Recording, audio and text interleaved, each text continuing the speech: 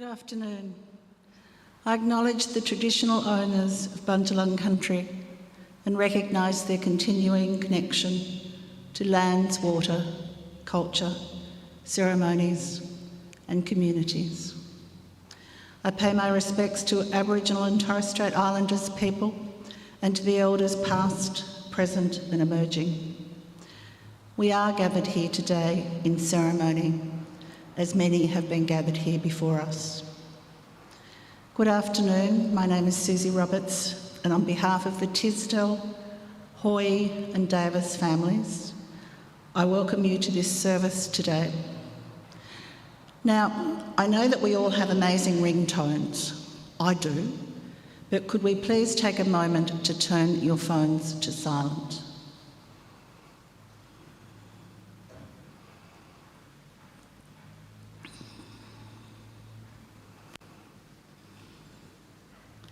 And whilst we're doing that, can we come into this space for the next little while and let's pay our respects to Craig. We are here to farewell and celebrate the life of Craig Edward Tisdell, who died on Wednesday the 29th of June 2022 at the way too young age of 51. We have gathered to offer his family and his friends our support as they deal with their loss. And this special candle will not be extinguished until the end of our ceremony today, in memory of Craig and other family members. Craig's family wants to celebrate Craig's life with you. He always said he was living the dream. In fact, he had it tattooed on his body. And whilst he holds centre stage up here today, we can take some small time today, to carve out an opening, a small part in our hearts that we can tuck him into and remember him always with love. A niche that is full of happy memories and a niche that allows us to carry Craig forward with us through our everyday life. Now, Craig would have been slightly annoyed at all this fuss. Let's do it plain and simple and quick, he would have said. And yet, with a slight bit of arm twisting, he would have loved a grand show. He was, after all, a musician. So let's get the show started. There are many people here today who have played significant roles in Craig's life, and many of you have also travelled a great distance to attend. And there are too many to acknowledge individually, but you know who you are, and the family thank you for your attendance. And the family would like to also acknowledge friends and family who are interstate and overseas and are unable to attend. And we would also like to mention Craig's mum and dad, Nicole's dad, who died on this date some scant 4 years ago, and the plethora of Tisdales and Hoys who haven't been able to get here today. Craig,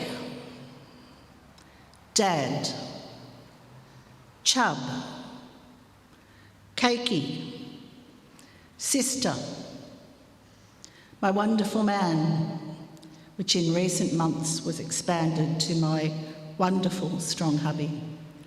What was it that you called Craig? Mary Catherine Bateson said, "The timing of death, like the ending of a story, gives a changed meaning to what preceded it." So let's spend some time today hearing Craig's story. Who was this man, Craig Edward Tisdell? Craig was born on the 21st of February 1971. His was a two-boy family, with him and his big brother Steve keeping their parents, Charles Edward Tisdell and Mavis Hoy, on their toes.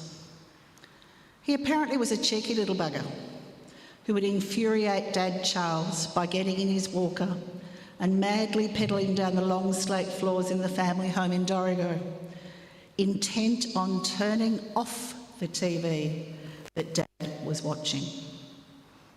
And ignoring all threats from Dad, he would zap past the TV, flick the switch and hightail it to the kitchen as fast as his little legs would pedal, All the while, Dad was swearing and muttering in the background. The family moved to Coffs Harbour when Craig was 3, and on his first day at Coffs Harbour Public School, he met his lifelong mate, Robert Hughes. Robert, are you here? G'day. Welcome. He then moved to Coffs Harbour High, where he stayed until year 10. There he met a tight-knit group of mates, which included Hughesy, Mole. Is Mole here? G'day. Longy. G'day. And they are still all friends, and they are here today. He then worked on the family banana plantation and for a while at Reuben's music store in Coffs, before heading to Queensland, where he lived with Brownie. Brownie here? Hi, Brownie. Notice the addition of the Y to all of their names, Hughesy, Longy, Brownie.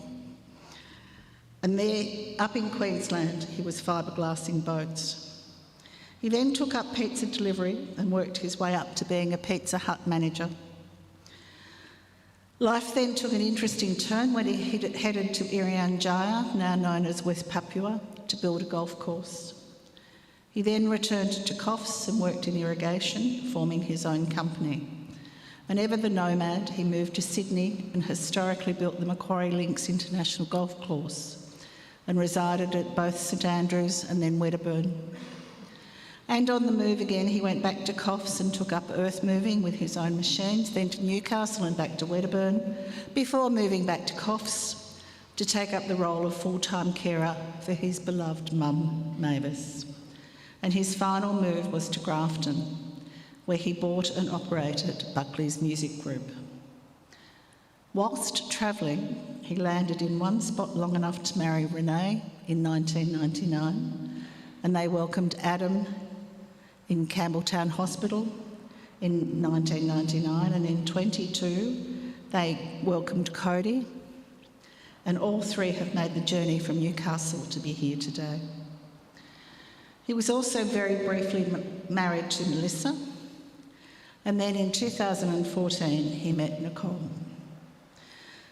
Now, when he moved in with his mum, she sent him to do her banking, as she knew that this cute girl or woman worked at the bank. And he and Nicole met at the bank in 2014. His mum reckoned that Nicole was a bit of a catch and would dispatch him there with great regularity to do her banking. Mum knew they were a match before they did, and before her death, she gave him her blessing. After Craig's mum died, they started dating in July 2015 at that very romantic spot, the Hoey Moey. And just to top it off, Tegan, Nicole's daughter, dropped Nicole off. Now, there must have been a wonderful connection, because on the second date, on the jetty after dinner at the yacht club, he's gone up a notch from the Hoey Moey. Craig asked Nicole if she would go steady, and Nicole said yes. Now, that was on the 3rd of July 2015, and that is when they shared their first kiss. On the way to the Coffs Coast Hotel, in the taxi, who should they pass but Tegan? Was she stalking them, or just making sure he was good enough for her mum? And so they started seriously dating, meeting siblings, taking trips together, and moved in together in October 2015. And then they topped off October with a Gold Coast trip to the V8s, as every romantic man does. When Craig was away, he would send Nicole a text saying, "Good morning, my beautiful lady," and she would reply, "Good morning, my wonderful man." And they continued to call each other this throughout their whole relationship. It was my very great pleasure to marry them in their backyard on the 20th of February 2021. We were able to get the wedding in during a break in COVID rules, but the weather saw venue changes that day. At their wedding, I read the following words: Words to Tegan, Adam and Cody. Let it be known that Craig and Nicole do not enter this marriage alone. Nicole brings with her a loving daughter, Tegan, and Craig brings a talented son, Adam, and a caring and thoughtful daughter, Cody, and they are all just as stubborn as each other. Craig and Tegan had a special nickname for each other, Sister, which often confused people, but it was really because they gossiped like sisters. Did I mention that Craig had OCD? I'm going to have to take a big breath to get through all of this. He worked at Buckley's, restored the Broncos. He published the Bucks Gig Guide to gigs around town. He played keyboards and guitar around town, with Nicole being the designated driver as he did like a drink. He walked his beloved Gracie. He renovated the house, renovated the garden. He polished the Bronco. He went motorbike riding, fishing, golfing and hanging out with his tight group of much-loved mates. Watching football, he was a Roosters tragic. And then, of course, there was driving the Bronco. And did you know that the Bronco is here today? We could not have a Craig funeral without Gracie and Bronco. Now, that is what he did. But what was he like? He was cheeky and funny and a gentleman. He loved Nicole. He loved the kids. He was hardworking, stubborn, industrious, ambitious, level-headed.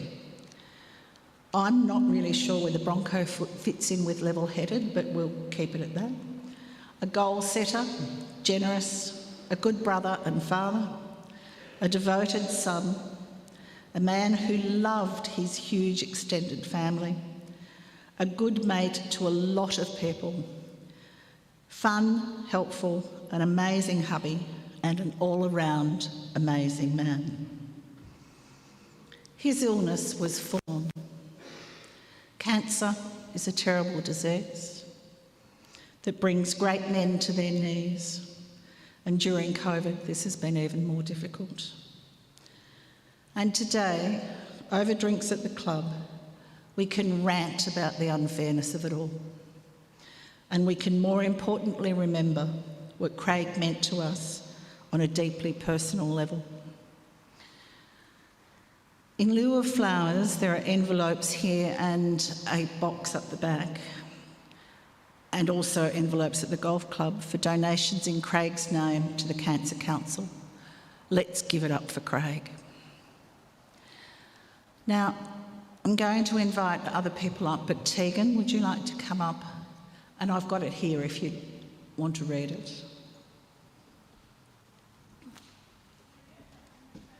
Yes, you can bring your friend. I can hold your hand too if you like. I can hold your hand too if you like. Okay.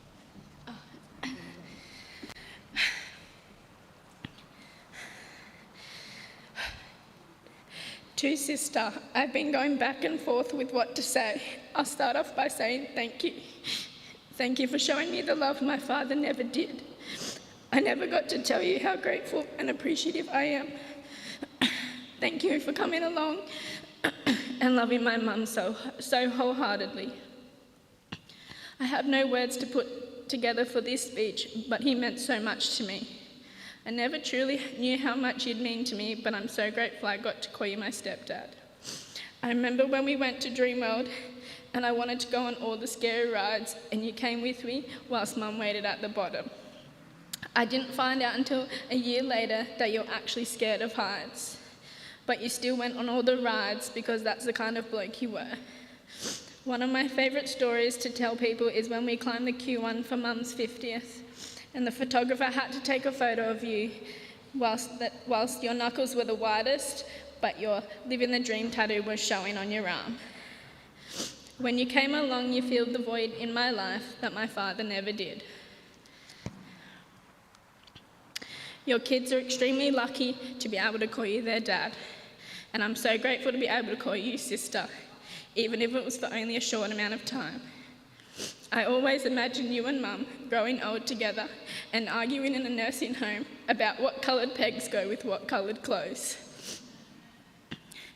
I'm so sorry that I've been so angry towards Mum since you've passed. I've just been so angry towards the world for taking you away from us. But I promise to still buy her red roses every anniversary and take her to see some of the most beautiful parts of Australia like you guys wanted to. You'll be one to be remembered, sister, and the memories and time shared together will last a lifetime. And although you can't be here with us, you'll always be with me when I need you the most. Thank you for being you. Love, Tegan.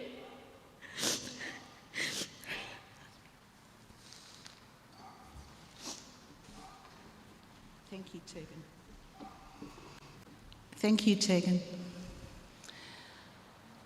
I hadn't realised that other people fought over the colour of pegs.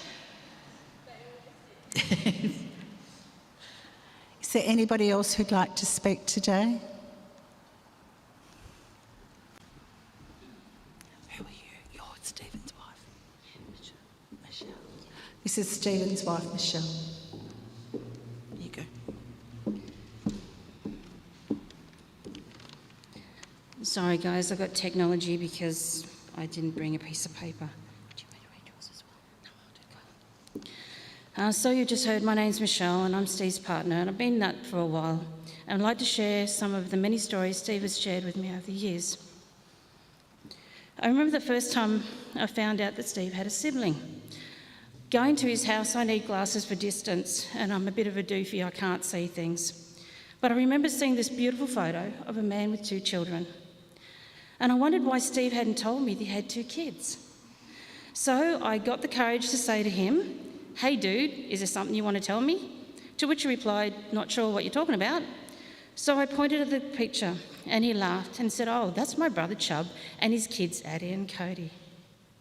I said, "Oh, thank goodness for that, because I thought you were keeping secrets from me." Steve then told me about the proud moments when Adam was born and placed into his dad's arms before his dad passed, and how proud that Craig was of being a dad and being able to show to his dad that he had a son. Craig and Steve often talked about Cody as well, and just because you didn't meet your granddad doesn't mean that for your dad he wished that you had met him, because he loved you so much. I learned that Craig had a cheekiness about him, and as you've heard about him in these Wheelie Walker and turning off the TV, Steve tells another story about his dad with the TV and watching the TV, turning it off. Well, his daredevil antics didn't stop there. He would go straight down the hill in the backyard, dodging the stairs and the pole, in his little walker, pulling up just before the fence, scaring Auntie Thel to death, all the time with the biggest grin on his face. I think that's what I'm going to remember the best about Craig, is that he tackled everything head on. If it didn't work, let's have another go at it. And if it did work, he celebrated the success. Like all kids, he would run away from home, hiding the bananas with the family dog. His mum knew that one of them would get hungry and come home sooner than later. And I think this is reflective on Craig's love for all his dogs, including the family ones. Craig's first introduction to music was when his mum and dad brought a little organ. While Steve didn't find it interesting or have the talent that his brother has, Craig loved it, and it soon was very evident that music came naturally and was more than a passing fad. He made friends easy, whether it be his friends at school or with Steve's friends. And when Steve was deployed overseas, he had that conversation with his brother that no brother wants to have. "Mate, if something happens to me, will you look after Mum and Dad?" And Steve had no doubt that his brother would definitely do that. Craig, like Steve, was crushed when their dad passed away and music ceased to be played for enjoyment. One night the telephone rang. It was Steve's mum asking to speak to Steve. Within seconds, Steve was laughing so hard I thought he was going to fall off the chair. Their mum and Craig had been enjoying the odd glass of Stone's green ginger wine. And well, let's just say they were happy. But it wasn't just the wine filling the airways with laughter. It was that Craig was playing the organ and his mum loved when he was playing music. She knew it was his happiest place. At Steve's 50th birthday party, one of their cousins, no names mentioned, Hayel, cut her hand with a bread and butter knife. Craig took her to the hospital and stayed with her until she was mended. He missed out on his brother's birthday, but he didn't care. That's what Craig was like. Family and friends came first when they needed him. When Craig, many years later, played Amazing Grace at the funeral of their mum, Steve was so proud of his courage to play one more time for her.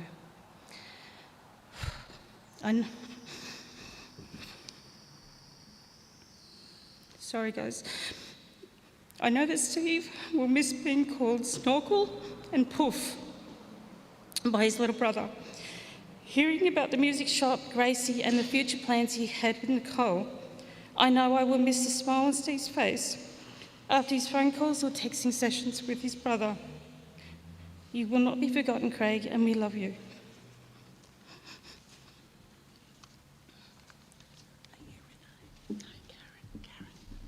And this is Karen. Are you a cousin? A friend. Close family friend. Okay. I've known Chubb for 26 years and it was a privilege. The good, the bad, the ugly, the 3 or 5 phone calls, come and get me, I'm in a predicament. Thank you for our jam sessions. Thank you for Stone's green ginger wine. I've never drunk it in 25 years.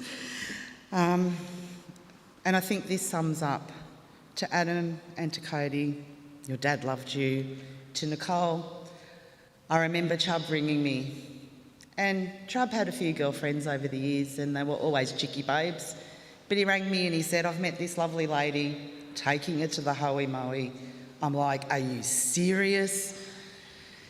And then he rang me and he said, yep, it's all good, Beryl, because that's what he used to call me, Beryl Bucket Ass. And I said, I'm really pleased for you. I'm really pleased that you're happy and that you're living the dream. We spoke about the music shop 27 years ago. And it was his dream to open that music shop. And I can remember the day that him and Fizzle came to Grafton and saw the music shop, and then he rang me and said, yep, it's a done deal. So for all the jam sessions, I actually play the saxophone, Craig on the drums, all the guitar, all the keyboard. Thank you, mate. And I hope I can get through this. We weren't prepared for you to go. You were too full of life to be. Taken away from us so soon, it's still hard to believe how much we miss your smile and your laughter in our ears. Your absence leaves a hole in us we're filling with our tears. You taught us how to be our best, to in the moment live, to never hold a grudge for long and loyal friendship give. Your presence was a light and joy we never realised would someday end. Just like the brilliant falling star, the curve round heaven's bend. And though we cannot understand the reasons God took you now, we do our best to accept this loss, to carry on somehow. Focusing on you and your joy in heaven, more than mourning in distress. Smiles through our falling tears, counting our time with you quite blessed. We will remember you forever. For you, our hearts will always have room. We loved you more than you'll ever know, and you left us way too soon. Rest in peace, Cakey.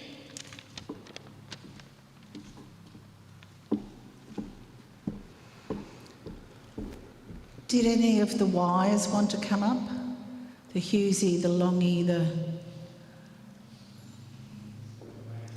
No, you're just going to talk at the wake, are you?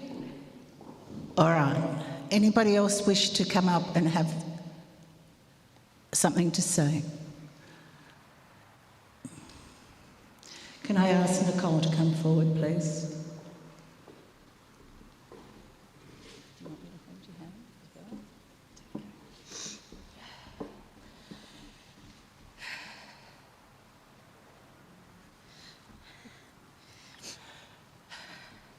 You all.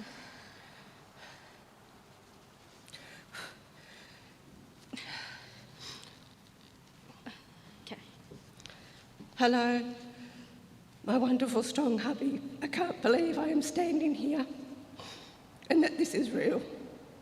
I keep thinking that you are at the shop and will come home soon, or you are still in hospital and I will be visiting you soon. We are each other's soulmates, and we knew that from the time we met. You changed my life and made me so happy. You are my gentleman, friend, and sometimes my only friend. You know what I am thinking, and when I've had a bad day. We had so many plans for our future together, but bloody cancer got in its way. My happiest memory is our wedding day, where we both were so happy, and that is how I am going to remember you. This is a text that we would send to each other. I would send him every morning, "Good morning, my wonderful hubby," or "Good morning, my strong, wonderful hubby," and he would text back to me. We would always end it, and it got further as he got sicker. "Missing you, love you," was how it would end.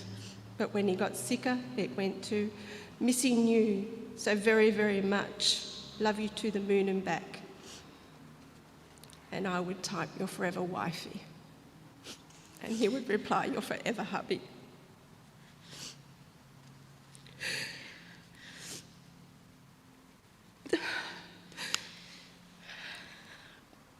Thanks for coming, guys.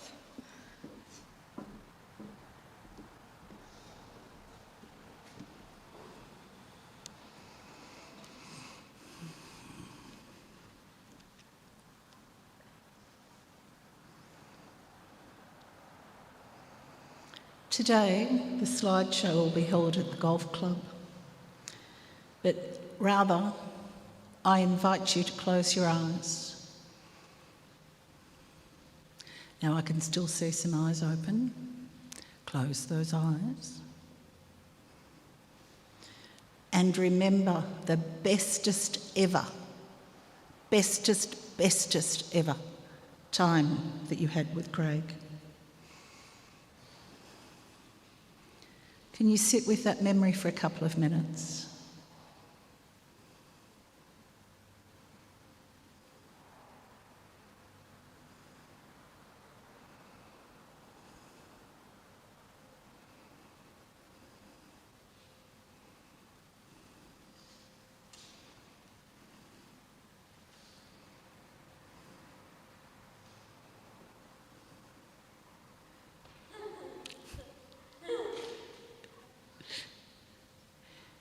And they are allowed to be funny memories. And what I'd like you to do is to be willing to share that memory with at least one guest up at this afternoon up at the golf club. We're going to have some reflection music, and that's Glitter in the Air by Pink. And whilst this music is on, can I invite Nicole and the children, Adam, Cody and Tegan, to come forward, and Stephen? No? To come forward and place a flower on the coffin. Please come forward. Can we have, yep, up. I will hold.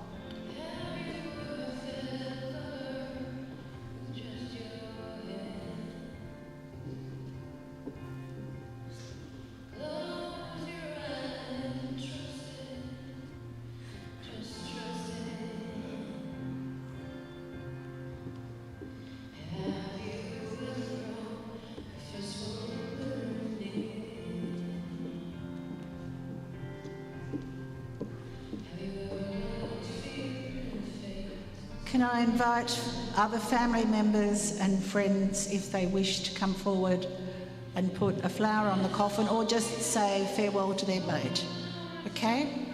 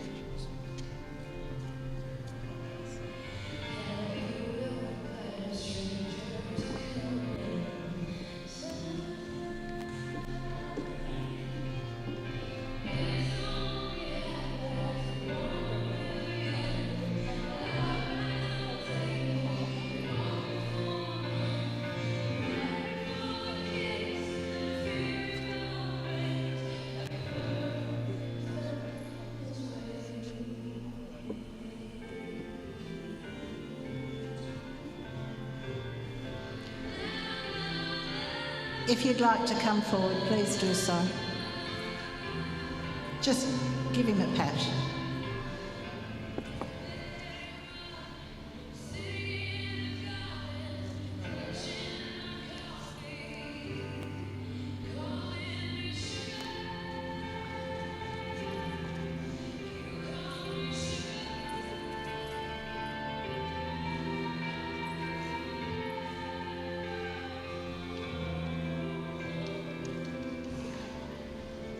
And the beautiful Gracie gets to say her goodbyes too.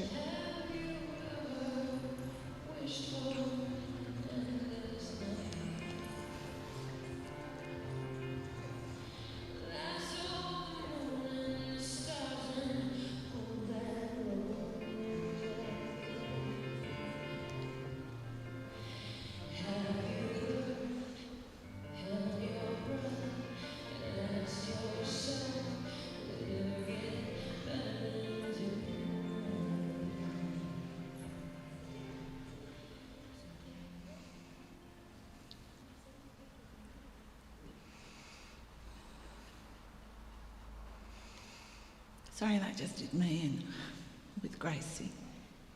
Beautiful Gracie.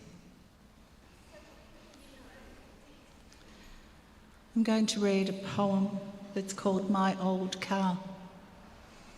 You'd really hate me to say it was old. You would have said it was treasured and pampered and buffed to within an inch of its life. Every inch of you I know by heart, every nut and bolt, every greasy part. You've been with me through thick and thin. Sometimes I thought you'd never start again. But with a kind word and a stroke of your dash, a wiggle of the key and a pump of the gas, you'd start right up with an extra loud roar, your body would shake and the smoke would pour. Just quick trips, I can't take you too far. But I'd never trade you in. I love you, my Bronco. We're now going to do what's called the committal. So we're coming to the end of this ceremony. We will hold you, Craig, in our hearts and memories from this day forward. We celebrate your life and the joy you have brought to all of us, and we will honour your legacy, each in our own special way. You truly have been a gift in our lives. And Craig, thank you for being you. You leave this place a better world than you found it. And now we say our last goodbye, in sadness at his death, but in recognition for his life and the special privilege we've had in sharing in it. Lovingly and tenderly we ask that he pass his soul on for eternal keep. Thank you and farewell. May your spirit continue to play music and dance to the rhythm. On behalf of the family, I would like to thank you for your attendance and support here today and the love you have shown for Craig. In a myriad of ways, he has touched our hearts, and we can now tuck him safely into our hearts. We're going to play King of the Road by Roger Miller, and as we leave and follow the family, that's the song that they've requested. Can I finish today's official proceedings with a quote from J.K. Rowling? Those we love never truly leave us. There are things that death cannot touch. Vale, Craig, you are much loved.